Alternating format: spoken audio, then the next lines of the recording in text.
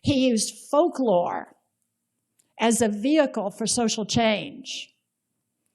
He would recount the way that oppressed people were able to maintain their dignity and warn one another in times of oppression. One of those examples I gave in Paul's class, he recounts one of the black folks that he interviewed saying to him, "You gotta feed white folks with a long spoon," meaning don't get too close. Don't ever believe that this is what that this constitutes a relationship. There's one of the sayings over on one of this, by the way, behind you is a depiction of Florida in 1942 as Stetson Kennedy had lived it. And one of those is a black mother warning her son, "White kids will lick the honey off your bread and call you nigger."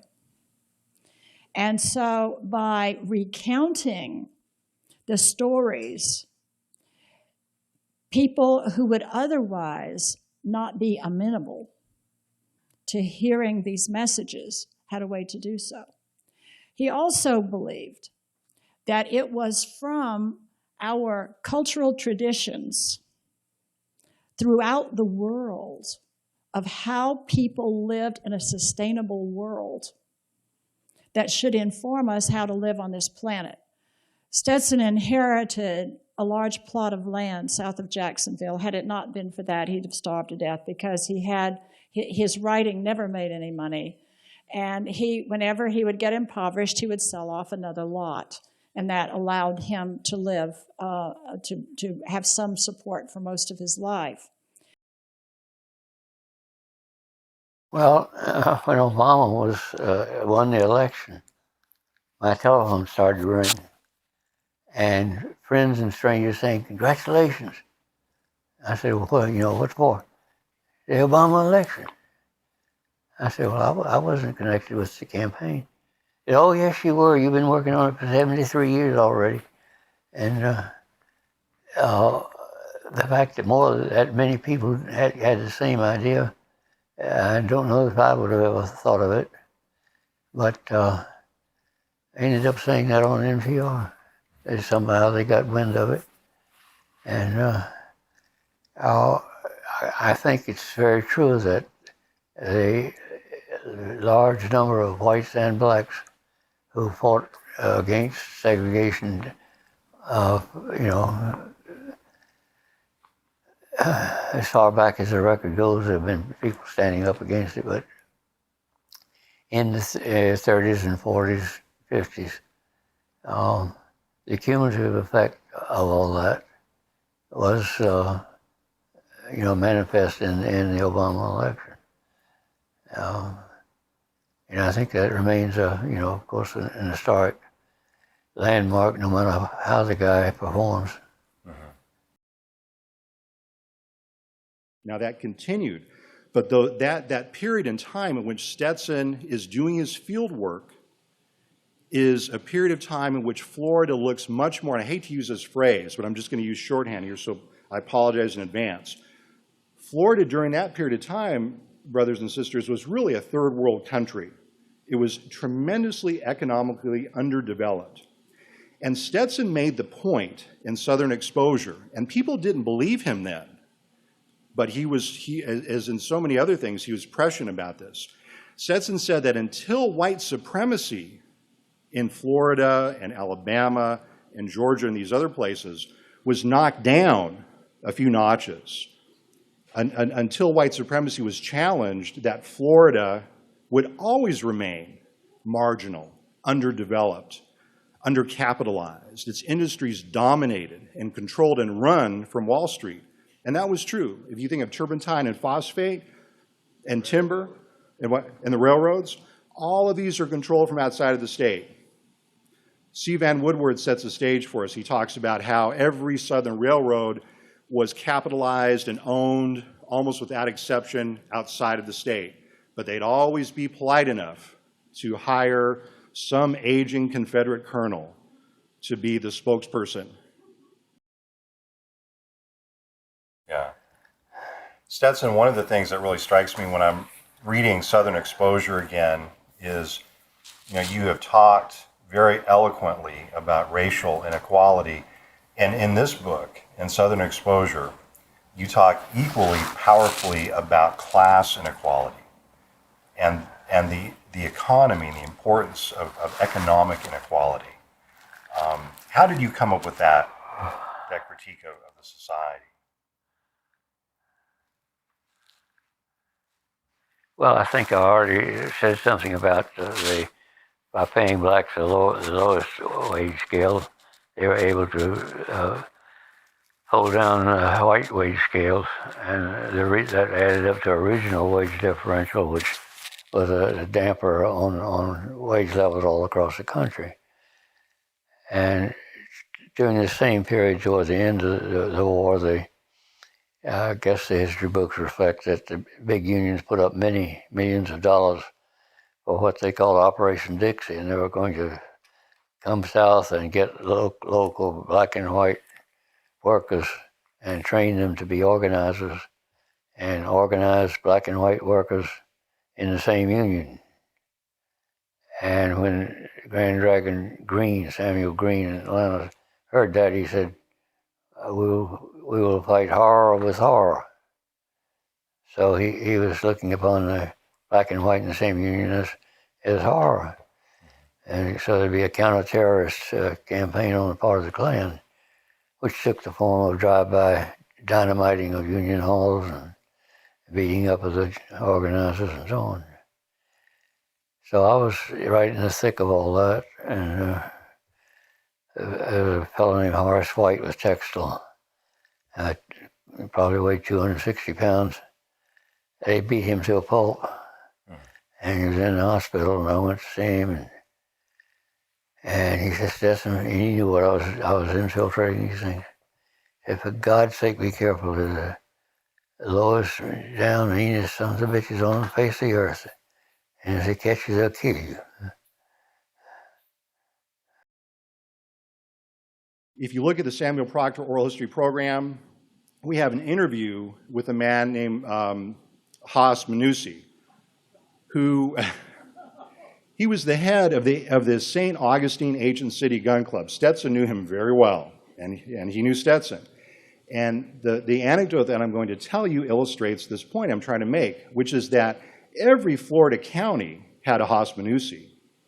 Every Florida county had a sheriff like the guy they had in Groveland. Willis McCall. We have an interview with Willis McCall in the oral history program at UF. Again, I invite you to read these interviews. These were brutal men. They ran the state like it was their own fiefdom.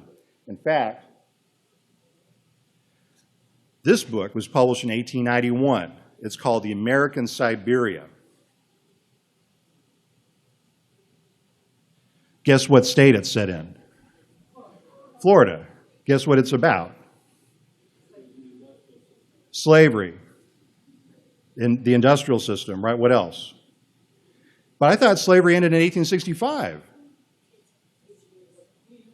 Peonage, yeah.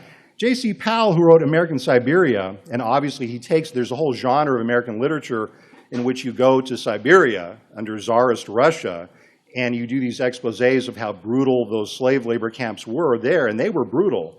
But friends, when you look at the pictures and the drawings of how African Americans and even working class whites were being exploited and brutalized and murdered, again, outside companies coming into Florida.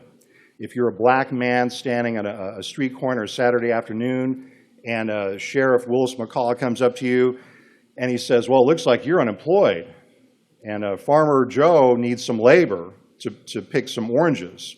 And so he arrests you, and he can arrest you because Florida has a very open-ended vagrancy law, okay? And it's these types of institutions, convict labor, the debt lease, or the convict lease, debt peonage, which characterize Florida.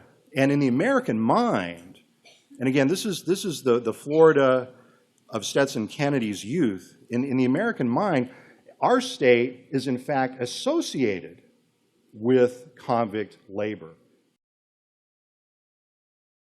Well, we were, you know, I was a young writer and he was a bit older, I believe, but we were both on the Writers Project, and he was in Chicago and I was in Jacksonville. And I was writing these oral histories, really, and so on, about black short stories. And I would send him to Richard Wright in Chicago to check my so-called black English. In those days, we hadn't really left the old school of Uncle Remus, and just at these dim does, even black writers were writing like that. Because the white audience, like, you know, it's a put down. So,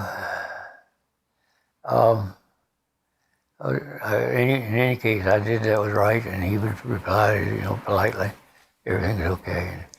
But in the mid-50s, I spent 2 or more years almost in daily company with him. We went to the same Cafe Chorno on the left bank and did a lot of things together. And he said some very interesting things, like it took me 5 years of getting lost in the greenness of Paris before I could stop thinking and seeing everything in black and white. Stetson was very concerned about certain critiques and analyses of racism. And I want to point out, now y'all probably don't think I can get through these books in 30 minutes, right? I'm going to do it. Stetson talked about a book called American Dilemma by Gunnar Myrdal. I'm going to pass this around. As an academic, I love this book. It's full of interesting facts and anecdotes and statistics about race in the 1940s. But it has an analysis of race, and I talk about this in the piece that I wrote in memory of Stetson, which came out in Facing South and now has been republished in several different venues. But you can find it in the Southern Studies blog if you want to read kind of a longer analysis of this. Stetson had a lot of problems with that book, and he mentioned it in our last interview. And what he said to me was, Paul, they spent millions on the research to put this book together. And it was foundation supported. You know, all the kind of do-good liberals got together and put money into a study. They had the best intentions at heart. They wanted to do something about racism.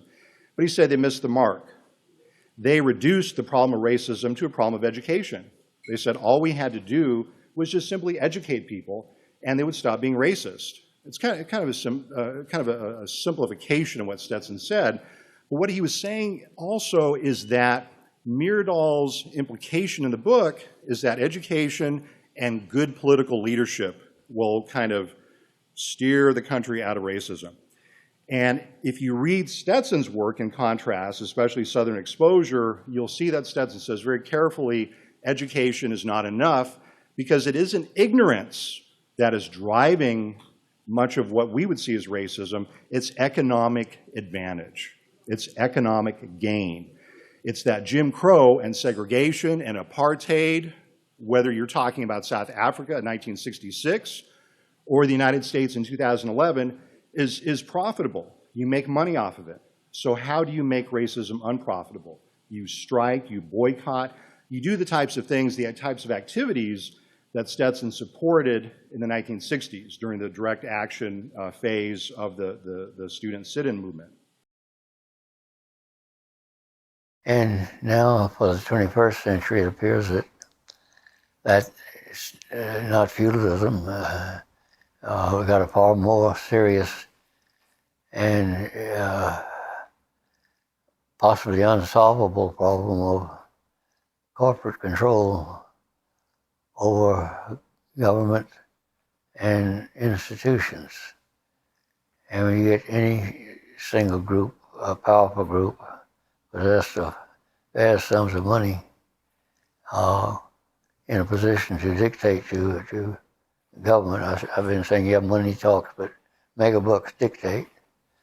And That's the condition I think we and much of the world are in today, that this grip of corporate control. And it goes without saying that the Pentagon would pretty much do anything the CEOs tell them to. So how to get at the problem of corporate? Lincoln's formula about government of, by, and for the people has been supplanted by government of, by, and for the corporations. Mm-hmm. And the problem is how to change that. Not easy.